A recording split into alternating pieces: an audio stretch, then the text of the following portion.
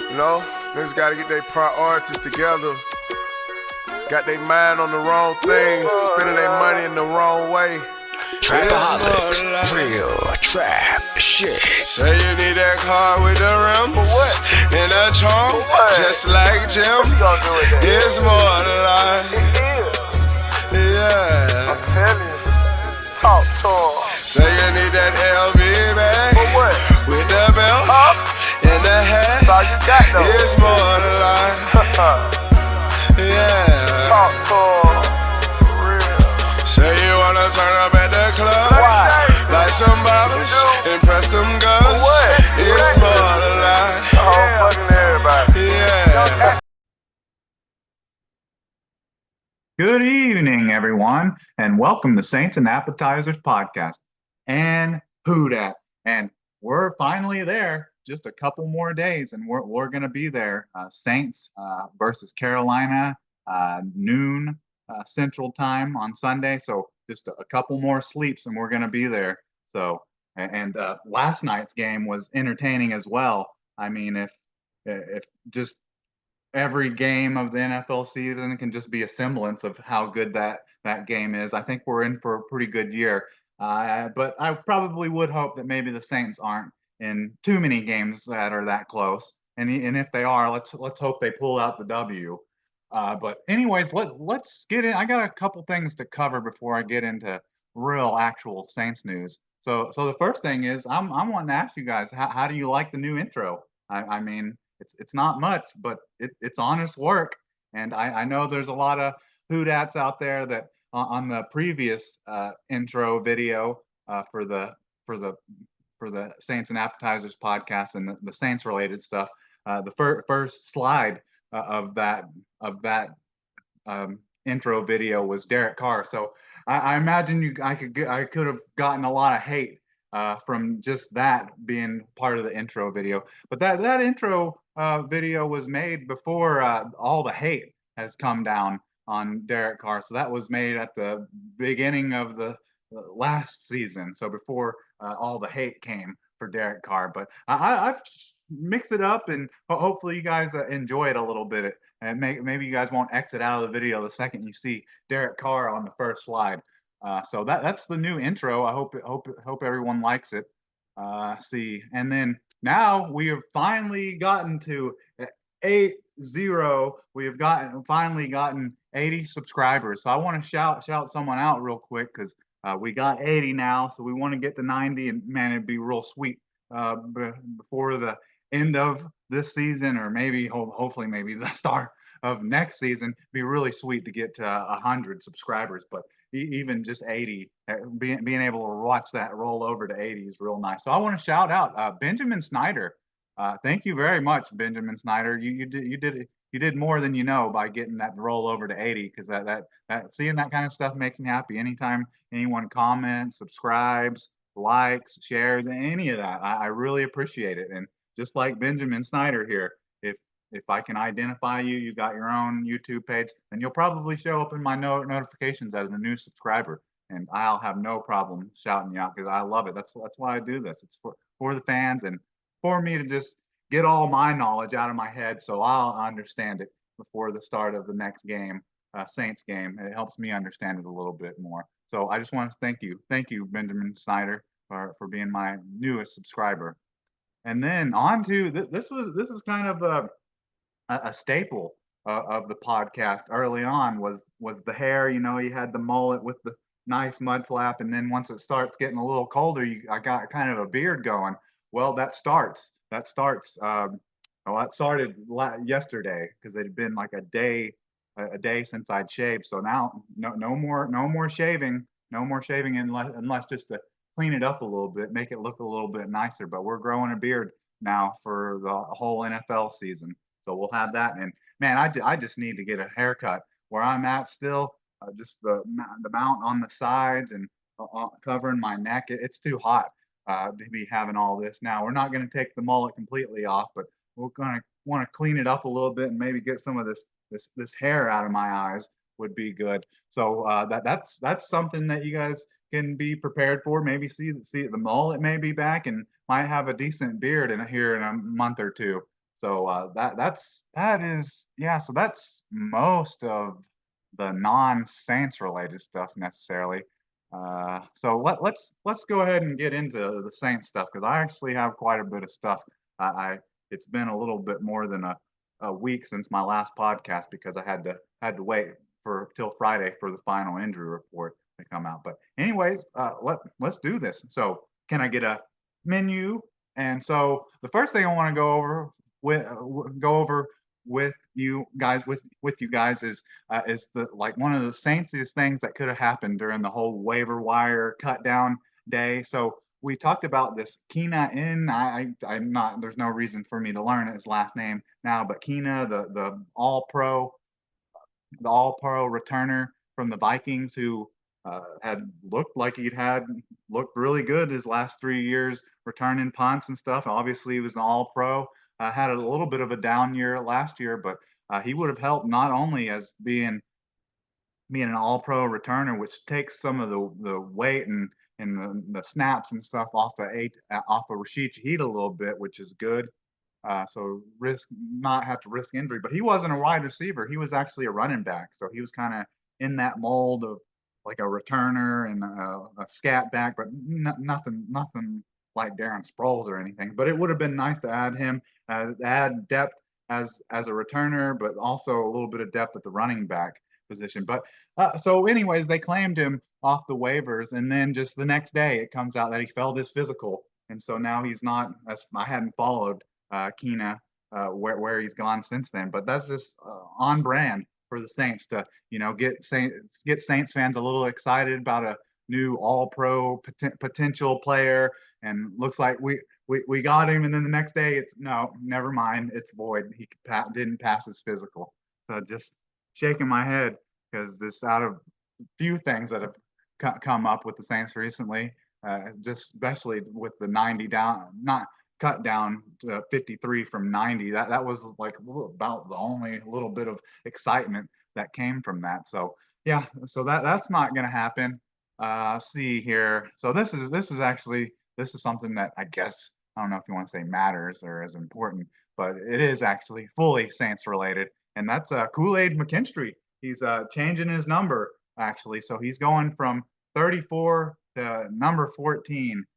And so, just to give my thoughts on that, kind of is when I first saw him in the 34, I didn't really like it, But then I seen him play a couple games, and he's got dreads and stuff. So I was kind of thinking, hey, he can wear the 34, and that's kind of a ode to Mike McKenzie. So I kind of looked at it like that, and I liked it. But now he's changing to this 14, and I can't think of nothing but for 14, but like Mark Ingram, washed Mark Ingram is the first thing I think of when I think of 14 in a Saints uniform. So I just and these numbers in the teens and stuff, they just don't look great on defensive players, at least in my opinion.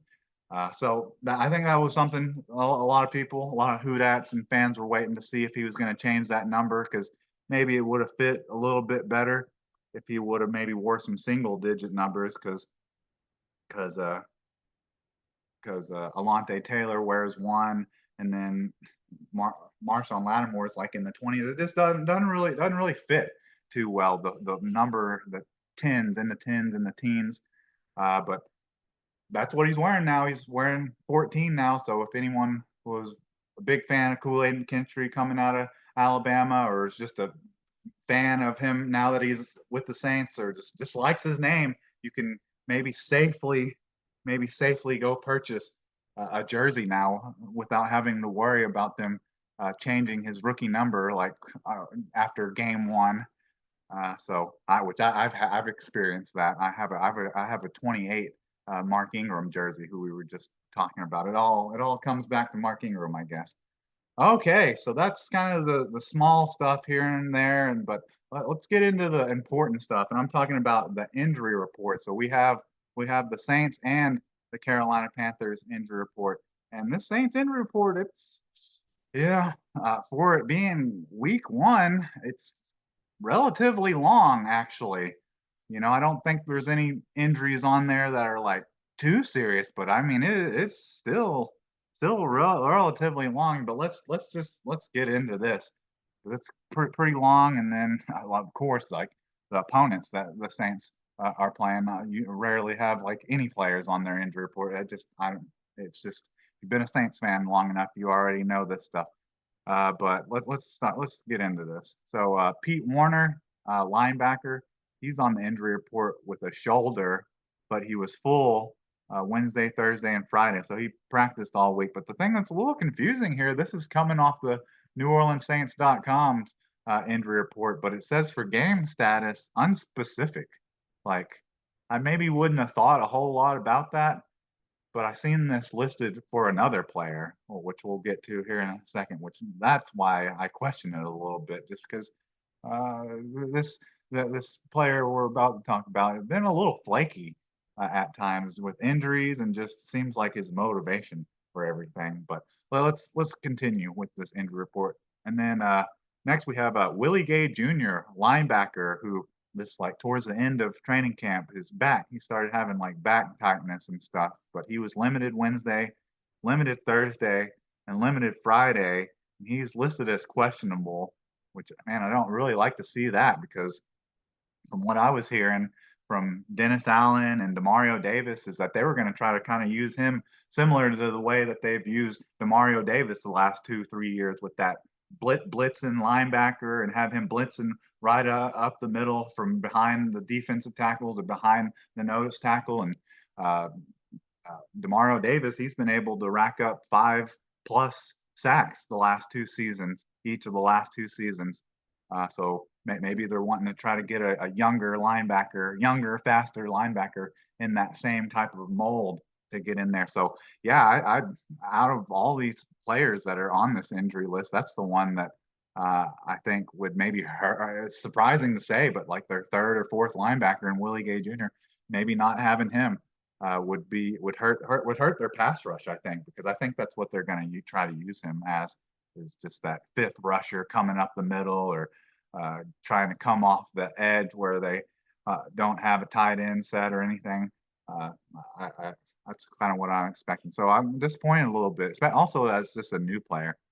And now on to our other unspecific, which we were talking about earlier. We got Marshawn Lattimore, cornerback, more saying hip, but hip flexor, more like just didn't want to practice or do training camp or do preseason because like the day after the day after like the last preseason game or the first practice for the Saints, he's like back full participant, like he's perfectly fine. Gotta hate on it a little bit, but also you gotta respect it a little bit. Saints not wanting to give him any more guaranteed money, so I'm not gonna play anything that's not guaranteed, like training camp or preseason. I'm only gonna play where I'm getting paid for game checks. So I can understand it. But so he's dealing with that hip injury pretty much all season, like all training camp and preseason. But he was limited Wednesday, but full Thursday and full Friday. But then his game status is unspecific. So that when I originally saw this injury report, and when I originally saw it, I just saw that for Marshawn Lattimore. So I'm like thinking to myself, so is he practicing all week, showing that he's healthy, and then not going to play because he wants to get traded or wants a new deal? But seeing how they have that listed for Pete Warner too, I'm just going to assume that means that there's no injury designation, even though that's kind of an odd term to use.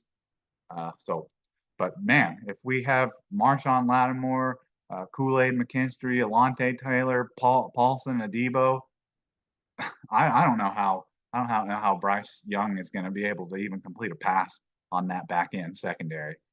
But let's continue. Like I said, this injury report it's long now. Man, it's long. Got to get some sweat off my upper lip. So now we have next on the injury report we have Nick Salvaderi, which I don't.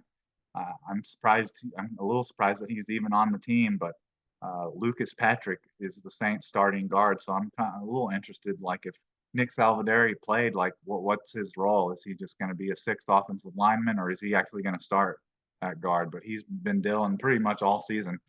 Been dealing with a calf injury, but now he's practicing again. Limited Wednesday, limited Thursday, and limited Friday, and he's listed as questionable.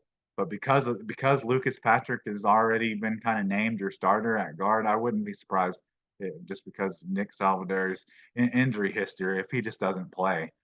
Uh, so so those are the most of the questionables. If we go to, so those are the ones that really no designation and then questionables, and then I'll go to the other questionable here, the last questionable. So we have A.T. Perry, wide receiver, must have hurt his hand or something in Wednesday's practice because then he popped up on Thursday and Friday, and he's listed as questionable, which is, man, that's a real bummer for me and Saints fans hoot at, but also A.T. Perry because he was uh, Dennis Allen was kind of riding him a little bit hard during training camp, saying that like he likes what he sees from him, but he'd like to see more. But in my opinion, I know some of it was going against like third and fourth stringers, but I thought A.T. Perry, when he played and when he was targeted and when he was making catches, obviously, I thought he showed out in the preseason. So I was really excited to get to see him basically in a starting role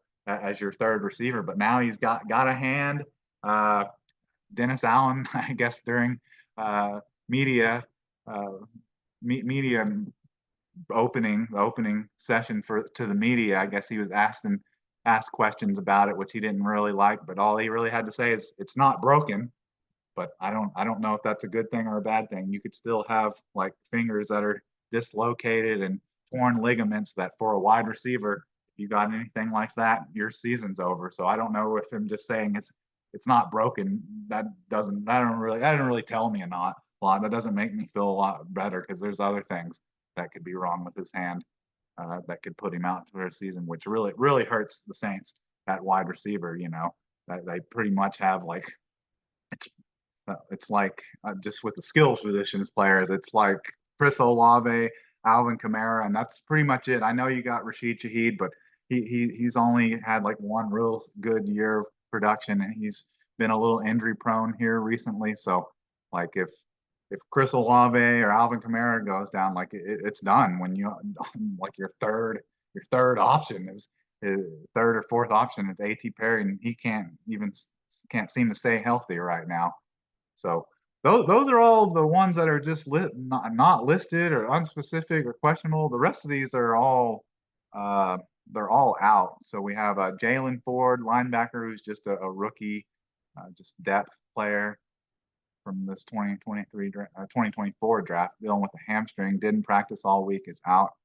And then this one, out of maybe all the ones for listed out, and man, the Saints probably could use a little more offensive game at the tight end position. But Dalen Holker, tight end ankle, I think he did that maybe in like the practice before the final preseason game, so that week leading up to that. So he's been dealing with an ankle injury for a couple weeks now. So he didn't practice all week and it's out. So that's a bummer. I was wanting to see uh, how much the types of targets if Dylan Holker would get any snaps at all really with Foster Monroe and Juwan Johnson in there. But I guess we'll have to wait next week or the week after, whenever he comes back. And then DeMarco Jackson, I think he's didn't hear too much about that injury. I know he's kind of coming back from last season, so it's a little disappointing seeing him already on the injury report again. But these are most of these guys like Jalen Ford and Marco Jackson. They're just depth players and special teamers at this point, anyways. But he's dealing with a lot of calf injuries here. Nick Salvadori, Colin Saunders dealing with calf injuries, but didn't practice all week and is out.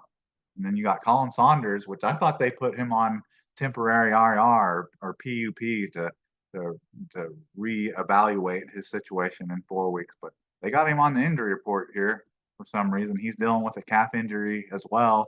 Didn't practice all week and is out. And so that's your injury. That's your injury report. I mean, it could be a lot worse, I guess. There's no like your best starting players at certain position. You're not missing any of those on your injury report. But I guess Pete Warner could possibly. I guess you're a little banged up at linebacker with Pete Warner and Willie Gay, but then everything else is fine. Besides, you're hurting at wide receiver depth, A.T. Perry. But it could be a lot worse, and as the season goes on, it probably is gonna get a lot worse. So it's funny to say, but this might be the best it looks all year with how the Saints have been with injuries the last couple of years. But let's move on to Carolina Panthers. We'll kind of blow through this quick, and then we'll get to player of the game, hot takes, and scores, and if I really even have much of a conclusion to this season. But Carolina's injury report, they got a couple on here that interest me a little bit, with possibly the Saints pass rush maybe getting loose in this game. But so both of their tight ends are on the injury report and are out of this game. Both of their starting tight ends. So Ian Thomas, tight end, calf, didn't a lot of calf injuries in the league for some reason. Didn't practice all week, is out, and then Tommy Tremble, tight end, hamstring, hamstring and back, didn't practice all week and is out. So I think that is going to be good for the Saints. You know, you don't ever want to see injuries to other teams and players, but they don't have their two starting tight ends, the guys that would be on the ends as blockers. You know, so they're going to have. And then obviously you got a little bit of Ian Thomas and Tommy Tremble aren't overly offensive tight ends, but you know you're losing them, and they're going to have to start a rookie in their spot. So that's even though there's only 5 players on the Panthers injury report, that's pretty big. And I'm talking about end of like Chase Young, end of the line rushers and things like that. I think that helps with them not going to have their starting tight ends. I wanted to mention that about the Carolina Panthers with the Saints and their whole offensive line, or not their offensive line, but their defense. It probably helped the Saints a lot. You know, we talk about what we're expecting from Trevor Penning and Talisi Fuanga, uh, but with their whole offensive line issues with the Saints. But hell, I've looked over their roster and stuff, but the fact that they don't have Brian Burns or Frankie Luvu helps the Saints a whole lot. So hopefully the Saints will be the better team there on the day, and pass rush and the pass rushing, and then pass blocking. But I guess they still have. They did sign Jadeveon Clowney, who had like 9 sacks last year. But that's after that. I guess you got Brown, the defensive tackle. But after that, I don't really know too many big names off of that defense. But let's continue. Let's finish this Panthers injury report. I got a little sidetracked there. And then they got Yosh Nijman, offensive tackle, dealing with a tibia injury. He's limited all week and is listed as questionable. And then you have Miles Sanders, running back, finger, limited Wednesday, and then full Thursday and Friday, no designation. And then Troy Hill, cornerback, practice full on Wednesday, but then was limited Thursday and then full on Friday, no designation. So the Panthers injury report might not be long, but it may be. I mean, there's some arguments there to say that it's worse, because they're missing both of their 2 starting tight ends that are both, I would say, they're considered more blocking tight ends than they are receivers. So I think that helps the Saints with their pass rush maybe more than we might expect. So those are the injury reports. They could be. I guess they could be worse, but it can always be better too. So let's move on to that. So now we are on to player of the game, and I'm kind of taking this. I'm going off of kind of what I saw last night in the Ravens and Kansas City Chiefs game, of how fresh and how amazing.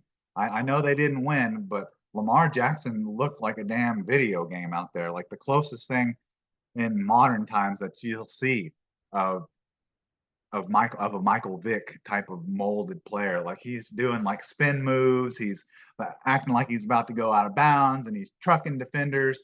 So what I'm getting at here is that's probably the freshest Lamar Jackson will be all season. I don't know how else you could be any fresher or look any more amazing rushing the ball as a quarterback than you did there. Because I also some of the big hits he took and getting strip sacked on a play.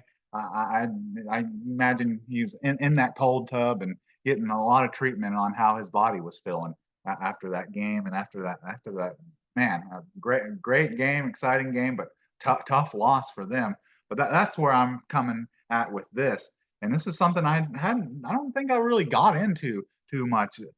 Is Taysom Hill. So Taysom Hill is who I have as my player of the game, but I don't think I really got into it too much about just in that first preseason game where you got to see Taysom Hill, you got to see quite a bit of him.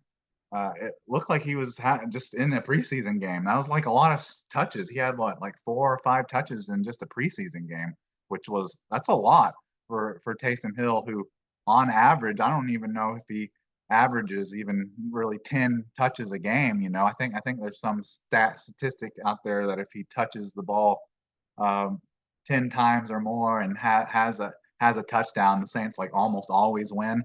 But just seeing the load of touches that he was getting in that game had me concerned that now they're actually fully playing him at tight end and fully playing him at fullback, like the amount of touches. Because I think a lot of people forget that that Taysom Hill came out of BYU and was on a mission going there, and by the time he got to the NFL as a rookie with the Green Bay Packers, he was already 27 years old. So he's 34 years old, and I just can't imagine uh, him taking the amount of touches and hits that it looks like Clint Kubiak has drawn up for him, that he's gonna look any better than he probably will in this game, because it's gonna be the freshest he is. And if they really try to play him consistently like they did in the first half of that preseason game, where it looked like he's getting on average more touches than he does really ever in a regular season game, because he was running the ball from the running back position, like literally as a running back, I formation like running back. So that's why I got Taysom Hill as my uh, player of the game. I think he's probably going to have, like, similar to what we said. It'll be at least 10 touches. Might have a throw in there, and who knows? May even have a catch. May have a catch and maybe 10 carries for like 60 yards and a touchdown or something. If he has a game like that and he ends up being my player of the game like that, probably can pretty much almost guarantee they're going to win. So that's my player of the game. On to the hot take, and this is one that I, I'm kind of interested to see how this plays out, because I don't, everyone is just seems to be kind of sold on Talisi Fuanga, as if he's like he's going to be a Pro Bowler. He's a 10-year starter at the left tackle position, but I don't know if I believe that just yet. I don't think I've seen enough of him yet. So this is where my hot take is coming in. Even though we just mentioned how the Panthers don't have Brian Burns, don't have Frankie Louvu, who had he must have had 3 or 4 sacks against the Saints in their 2 games that they had last season. So not having those guys, but still having Jadeveon Clowney to come off either the right or the left edge could cause trouble. But what I'm getting at here is I think Trevor Penning is actually going to have a better game than Talisi Fuanga. That's why they call them hot takes. That's why they call them hot takes. And I'm not saying that Trevor Penning is going to look like amazing in this game. I think there'll be times where it looks like he's getting pushed back, he's stumbling and falling over himself, like we've all pretty much everything that we've seen of Trevor Penning. But what's not going to happen? He's not going to give up a sack, but Talisi Fuanga is going to give up a sack. So that's my hot take. That's my hot take. I'm sure the Hoodats out there love that, but maybe it'll be a positive that you actually see that Trevor Penning is serviceable, and then maybe it's a rookie that needs to clean up a little bit. But so that's the hot take. And now on to the game score. And I'm still in a little bit from what I saw from the Saints last year when they played the Panthers. And this is just simply simply what division opponents games are like a lot of times, whether the one team is the worst team in the league or the other team is the best team in the league. The games are usually always close. So I'm stealing the score from last night. So I think the Saints are going to win. They're going to win 27-20, but the game is going to be close like the entire time. Going into the second half, it's going to be close. Like it's going to be 10-10, and then maybe the Saints will kind of pull away and make it 20-10, and then it feels a little more comfortable. But it's going to feel a lot closer than it needs to be for the first half, maybe even half of the third quarter. It's going to be tied or look like the Panthers are almost going to go and take the lead, and maybe they miss a field goal or the Saints get a turnover in the red zone. But yeah, so I think it's going to be the same score as last night, 27-20. But hopefully the Saints aren't on the end of a heartbreaking loss. So that's the game score. And man, when it comes to conclusions or making a season prediction, it's kind of hard with this team because I really don't know what I'm gonna get out of the offense just yet, and don't know about the defense either, because I mean the defense could take a step back because you got quite a few older veterans, guys up in 30 plus, with Cam Jordan, Demario Davis, Tyrann Matthews. Say all those guys just tank and wash and are basically play out their last season. The Saints defense might not be as good as it is to carry them to a better record, 10 double digit wins or playoffs. But I'm just gonna go with this, and just because it's basically kind of how they've been the last couple seasons. They were 7-10, they're 8-9, they're 9-8. But I just haven't seen, other than I guess the addition of the Clint Kubiak, the new offensive coordinator, and I guess it helps them.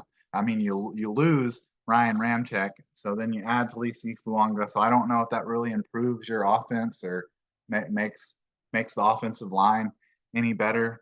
But I think I'll just have to see the offense play week one to give a really good prediction. But I think they're just going to be kind of similar to what they've been the last couple seasons, where they're in it till the last minute, and maybe they're freaking screwed over by the reason because like somehow they don't have the tiebreaker against Atlanta and not Carolina, but the Buccaneers. So it's like really it's part beaten out the chest all the way to the last two games, because like the Saints can't have the same record as the Bucks and the Falcons. It's basically how it's been since 2020. 2020, and then 2022 and 2023. It was all the last game of the season. The Saints end up looking good. They look good in all those games where they were fighting to win a playoff game. Played like arguably in those week 17 games, looked like the best game of their season. But because the other team that they were needing to lose, or the other team that they were needing to win, doesn't, then of course the Saints get bounced, even though they were looking better than those teams at the end of the season. So I'm just going with the Saints basically staying the same. I just haven't seen any massive improvements to say that they're going to be much better, but I'm also not negative. There's a lot of people out there that have them winning like 5 games or less. I don't see that. People don't like Dennis Allen all that much, but he's competent enough on defense and competent enough in developing defensive backs to where I just don't. And then Mickey Loomis has been the owner for so long. I just don't see the Saints nosediving. They really never have in the 20 years of Mickey Loomis, excluding Hurricane Katrina. But so I'm just going with 9-8. Might probably be just a lot more of the same since our last year of Sean Payton, and going on